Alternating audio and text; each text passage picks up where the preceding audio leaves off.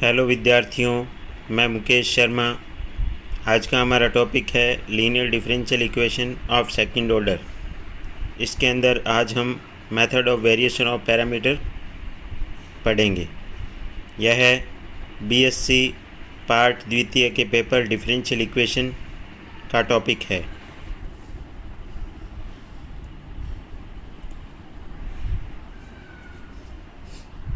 विद्यार्थियों, linear differential equation of second order हम पढ़ रहे हैं। इसके अंदर आज हम एक और मेथड डिस्कस करेंगे जिसका नाम है method of variation of parameter, प्राचल विचरण विधि। Method of variation of parameter method is used to finding the complete solution of d2y/dx2 + p dy/dx + qy = r, जो कि एक नंबर आपको दे रखी है समीकरण। When the complementary function is known, let CF, अगर हम किसी भी प्रकार से इसका CF निकाल लें, माना इसका CF क्या आ गया, AU + BV, 2 नंबर समीकरण देखिए। तो method of variation of parameter में या प्राचल विचरण विधि जिसको हिंदी में कहते हैं, उसके अनुसार हम कंप्लीट सॉल्यूशन ये मान लेते हैं y = AU + BV, यानी इस A को हम कैपिटल A से रिप्लेस करा देते हैं, इस B को हम कैपिटल B से रिप्लेस करा देते हैं। और अब हमारा जो मेन एम है वो A और कैपिटल B का मान निकालना।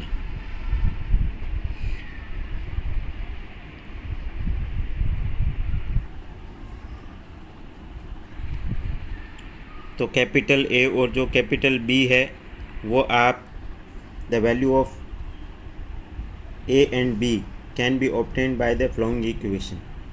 इन इक्वेशन से अपन निकाल सकते हैं dA/dx u + dB/dx v = 0 और dA/dx × du/dx + dB/dx × dV/dx = r। इनको जब अपन सॉल्व करेंगे तो हमारे पास में A और B के वैल्यू आ जाएंगे, और A और B के वैल्यू आने पे हम इसको तीसरे नंबर समीकरण में रख देंगे। तीसरे नंबर समीकरण हमारी कौन सी थी, ये देखो नीचे जो लिख रखी है वो थी। इसके अंदर जब हम इसमें इस तीसरे नंबर समीकरण में जब लिख देंगे A और B के मान रख देंगे तो we arrive at the solution, हम सॉल्यूशन के ऊपर पहुंच जाएंगे। तो ये method of variation of parameter है। फिर से अपन इसको रिवाइज कर लेते हैं। इसके अंदर आप देखिए, सबसे पहले अपने को linear differential equation of second order, इसमें हम method of variation of parameter discuss करने जा रहे हैं। ये आपकी सेकंड ऑर्डर की डिफरेंशियल इक्वेशन होती है d2y/dx2 + p dy/dx + का qy = r। हम इसका CF ये निकाल लें, CF = AU + BV, तो आपको कंप्लीट सॉल्यूशन जो है वो ऐसी स्थिति में y = AU + BV होगा। अब अपना जो मेन एम है कि भाई इस A को हम कैपिटल A से रिप्लेस करा देते हैं, इस B को हम कैपिटल B से रिप्लेस करा देते हैं। अब हमारा मेन एम है कि अपन ये A, कैपिटल A और कैपिटल B कैसे निकालें, बस ये। और ये निकाल के इस तीसरे नंबर समीकरण में रख देंगे तो हमारा क्या आ जाएगा, y आ जाएगा। अब ये देखिए, इसमें हमने बता रखा है कि the value of A and B can be obtained by the following equation. In equation से, ये इक्वेशन है, इनको सॉल्व करेंगे तो हमारे पास में क्या आ जाएगा, A और B के मान आ जाएंगे। इनको सॉल्व करेंगे तो, और फिर इसको तीसरे नंबर समीकरण में रख देंगे तो we arrive at the solution, हम सॉल्यूशन प्राप्त कर लेंगे। अब हम एग्जाम्पल डिस्कस करेंगे 2, जिससे हमारे ये क्लियर हो जाएगा मेथड। पहला मेथड है example number, solve by the method of variation of parameter d2y/dx² + का a² y = sec ax। ये हमारे को एक इक्वेशन दे रखी है। Solution, the given equation is, ये हमारे पास में गिवन इक्वेशन है d2y/dx² + का a² y = sec ax। इसको आप इस प्रकार भी लिख सकते हैं। CF के लिए आपको क्या है, कॉम्प्लीमेंट्री फंक्शन के लिए आपको क्या निकालना होता है, एक्जुअल इक्वेशन लिखनी होती है सबसे पहले। इससे m = ± a आ गया, तो आपको CF लिखना आना चाहिए। आपको पहले प्रैक्टिस करवा चुके हैं हम। अब आपको ये मानना है कि कंप्लीट सॉल्यूशन क्या है, आपको क्या करना है, C1 को A से रिप्लेस कराना है और C2 को किससे रिप्लेस कराना है, B से। ये C2 है, इसको B से रिप्लेस कराना है। अब अपने को मेन ऑब्जेक्ट जो है वो कैपिटल A और कैपिटल B की वैल्यू निकालनी है। तो देखिए कैपिटल A और कैपिटल B की वैल्यू इन इक्वेशन से आती है। तो इसमें देखो पहली इक्वेशन देखिए, पहली इक्वेशन अपने पास में है dA/dx u dB/dx v बराबर 0, और दूसरी इक्वेशन है dA/dx du/dx plus dB/dx dV/dx बराबर r। ये इक्वेशन कैसे लिखते हैं वो ध्यान से देखो। तो सबसे पहले आपको क्या करना है, ये जो 2 नंबर है नीचे देखो बॉटम में, इस इक्वेशन में आपको जो 3 नंबर समीकरण देखो कैसे आई, ये 3 और 4। सबसे पहले A को क्या करना है, dA/dx लिखो, cos AX है जैसे का जैसे, B को dB/dx लिखो और sin AX है जैसे का जैसे, ठीक है। फिर आपको क्या करना है, दूसरी इक्वेशन क्या होती है, दूसरी इक्वेशन होती है देखो ये वाली, यहाँ देखो इसको, इसमें क्या करना है, u का भी आपको क्या कर देना है, डिफ्रेंशिएशन कर देना है और बराबर में r लिख देना। तो अब ये देखिए अपन आ जाते हैं,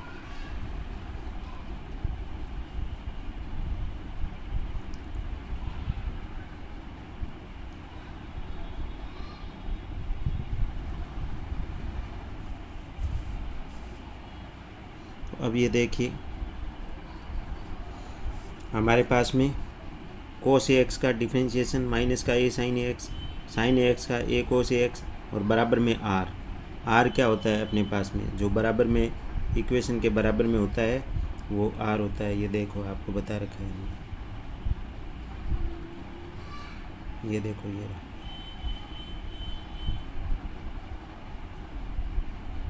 r। तो इस तरीके से हम r को प्राप्त कर सकते हैं। अब हम क्या करेंगे, इन इक्वेशंस को सॉल्व करेंगे। सॉल्व करने के लिए हमारे पास में वही पुराना मेथड जो हम छोटी क्लासों में पढ़ते आए हैं, इसके पास में A sin AX है उसको इससे गुणा करा दो, इसके पास में cos AX है उसको इससे गुणा करा दो, ये हमारा मेथड आ गया। इससे हमने ये प्राप्त कर लिया, कुल मिला के सॉल्व होके हमारे पास में ये आ जाएगा, ये आ गया। उसके बाद में dB/dx का मान 1/a आ गया, dB बराबर 1/a dx आ गया, दोनों तरफ का इंटीग्रेशन कर दिया तो b = 1/a x plus C2 आ गया। b निकालो जब आप कांस्टेंट C2 जोड़ो, put the value of dB/dx इन 3, जो 3 नंबर इक्वेशन है उसमें अगर अपन dB/dx का मान रख दें, ये देखो ये मान यहाँ पर dB/dx का मान रख दें तो dA/dx आ जाएगा। तो ये देखिए ये हमारे पास में सारा सोल्व होके ये हमने dB/dx का मान यहाँ रख दिया, फिर हमने इसको सॉल्व करके फिर इंटीग्रेशन करेंगे, तो ये इंटीग्रेशन करेंगे तो ये हमारे पास में a का मान आ जाएगा साहब, ये a का मान आ गया। इन a और b का मान किस में रखना है, 3 में। तो देखो ये बॉक्स में जो ये हमने 3 नंबर समीकरण है, 3 नहीं यहाँ 2 नंबर समीकरण में रखना पड़ेगा। ये 2 नंबर समीकरण है, इसमें a और b का मान रखते ही हमारे पास में क्या आ जाएगा, आंसर आ जाएगा। तो ये देखिए, तो ये हमारे पास में इसको करेक्ट करने की ज़रूरत है, ये 2 नंबर समीकरण में जैसे आप पुट करोगे तो ये हमारे पास में आंसर आ जाएगा। अब हम एक और एग्जांपल करते हैं,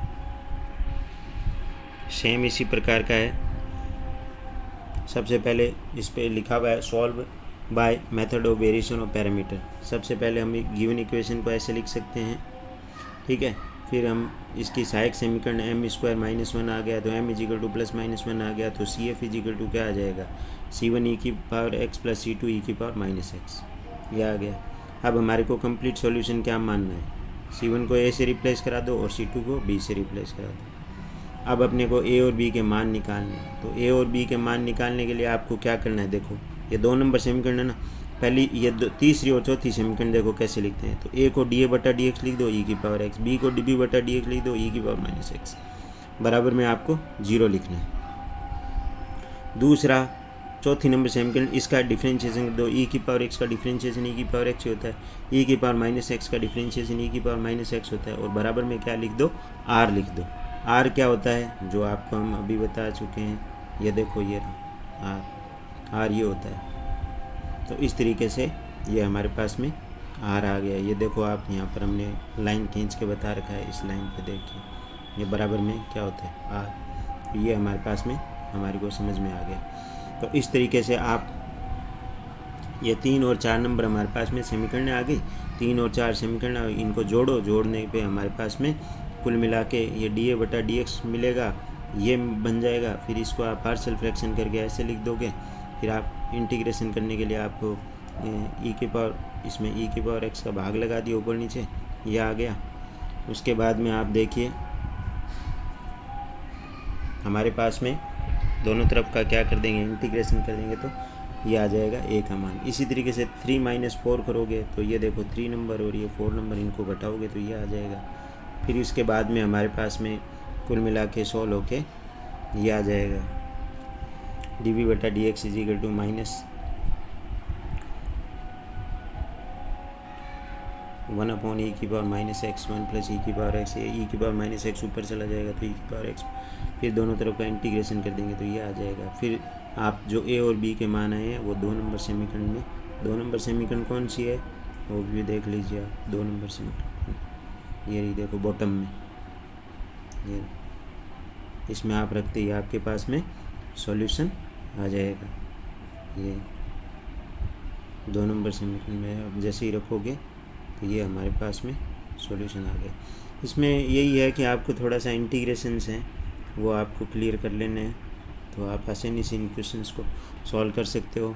बहुत ही ज़्यादातर लोगों में ये होता है कि भाई ये टॉपिक हार्ड है और इसका क्वेश्चन मैक्सिमम एग्ज़ाम्स में आ जाता है, तो आपको ये करना चाहिए, इसको बहुत अच्छे ढंग से प्रिपेयर करना चाहिए, तो आपका एक क्वेश्चन पक्का हो जाता है।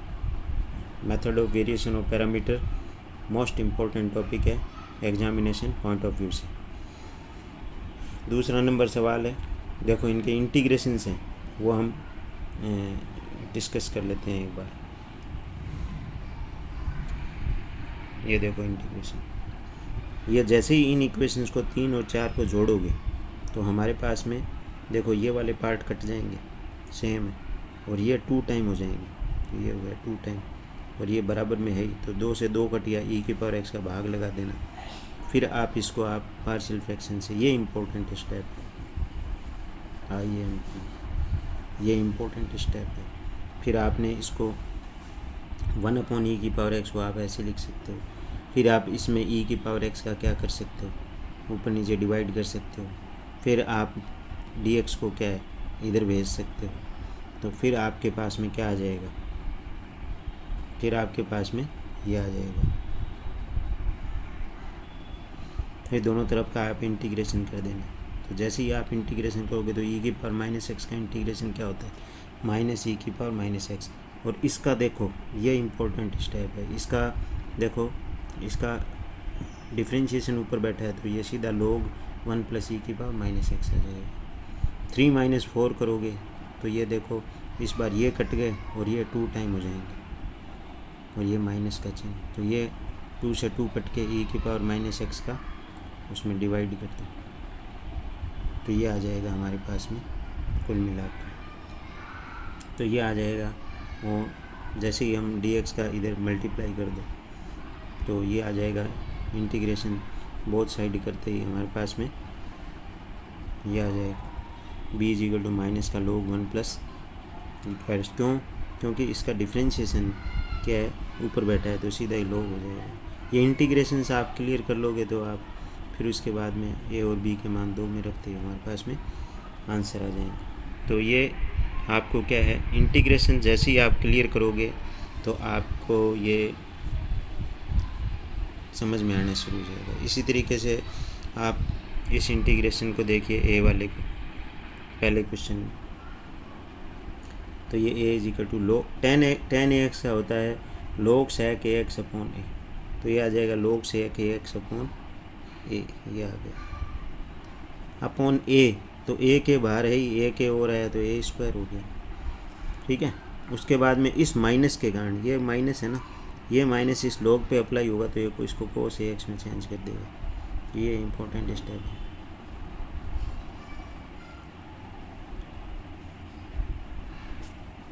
तो ये आपके ए का मान आ गया और बी का मान हम पहले निकाल ही चुके हैं। बी का मान ये है, बी का बड़ा सिंपल से आप खुद ही कर लोगे। तो इस तरीके से हमारे पास में आपके पास में ये सवाल आ गए हैं।